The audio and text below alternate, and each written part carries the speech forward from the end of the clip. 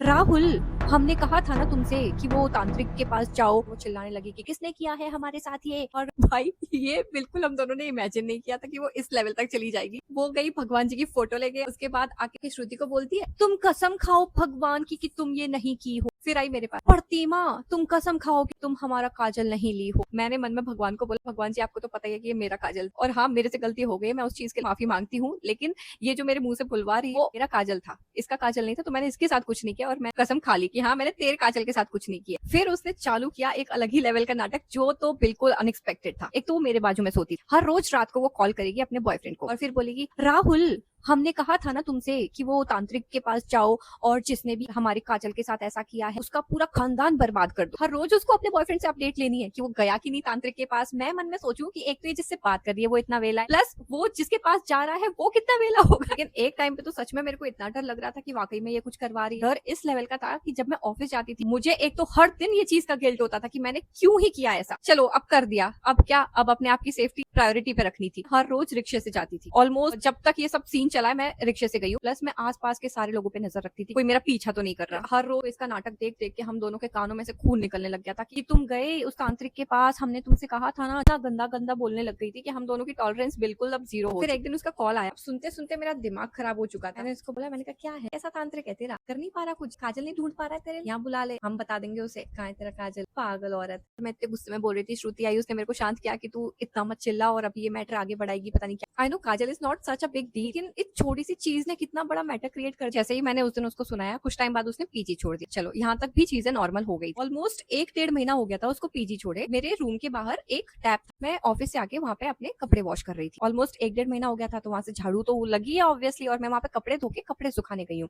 कपड़े सुखा के जब मैं वापस आई, वहाँ देख रही हूँ वहाँ वही काजल पड़ा हुआ है। मेरी इतनी फटी कि मैंने वहीं से चिल्लाया, श्रुति देख क्या क्या पड़ा हुआ है। और वो श्रुति जल्दी से अपने सारे काम छोड़ के और वो देख के बोलती क्या है। मैंने बोला ये देख क्या पड़ा हुआ है।